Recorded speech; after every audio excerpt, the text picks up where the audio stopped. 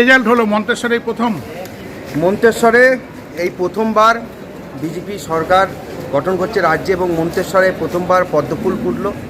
আপনারা জানেন যে এর আগে সিপিএমের দুর্গ মন্তেশ্বরে জোড়া ফুল ফুটিয়েছিলেন আমার বাবা সজল পাঁজা, আর আজকে আবার মন্তেশ্বরের বুকে পদ্মফুল ফুটল, যেখানে ক্যান্ডিডেট ছিলাম আমি। কত ভোটে জয়ী হলেন? 14,798। আচ্ছা, কেমন লাগছে? দারুণ, সিদ্দিকুল্লাহকে হারাতে পেরে দারুণ লাগছে। উনি যে কোম্পানির কর্মচারী, সেই কোম্পানির চেয়ারম্যানকে আনাতে হয়েছিল ওনাকে, যে আমাকে হারানোর জন্য। সেই জায়গা থেকে ওনাকে হারাতে পেরে মানুষের আশীর্বাদ নিয়ে, মানুষ যেভাবে দু হাত ভরে আমাকে আশীর্বাদ করেছে, আমি তার জন্য সকলের কাছে আমি কৃতজ্ঞ এবং ধন্যবাদ জানাই।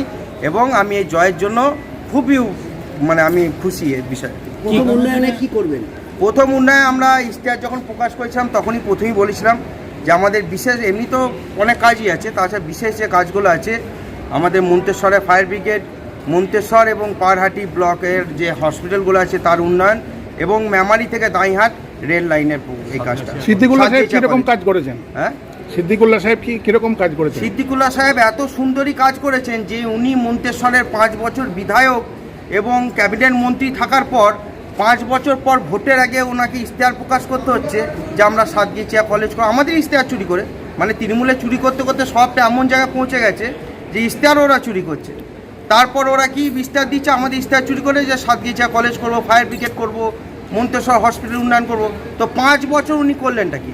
মানুষ তার বিরুদ্ধে ভোট দিয়েছে। সিদ্দিকুল্লাহ চৌধুরী এবং তার নাম এবং তার পরিবারের নাম সরাসরি মুর্শিদাবাদের দাঙ্গার সাথে যুক্ত এরকম একটা ব্যক্তির বিরুদ্ধে মানুষ রায় দিয়েছে। আমি প্রথম থেকেই বলেছিলাম, মানুষ, জনগণ, মন্তেশ্বরের জনগণ সিদ্দিকুল্লাহ চৌধুরীকে বিসর্জন দেওয়ার জন্য প্রস্তুত। এবার তো ডবল ইঞ্জিন সরকার হবে, কতটা আশাবাদী উন্নয়নের ক্ষেত্রে? প্রচুর উন্নয়ন হবে। অন্যান্য রাজ্যে যেখানে ডবল ইঞ্জিন সরকার আছে, আপনারা খুব ভালো করে জানেন কিভাবে উন্নয়ন হচ্ছে, কিভাবে কাজ হচ্ছে, রাস্তাঘাট থেকে আরম্ভ করে মানুষের সার্বিক উন্নয়ন, পরিকাঠামোগত উন্নয়ন।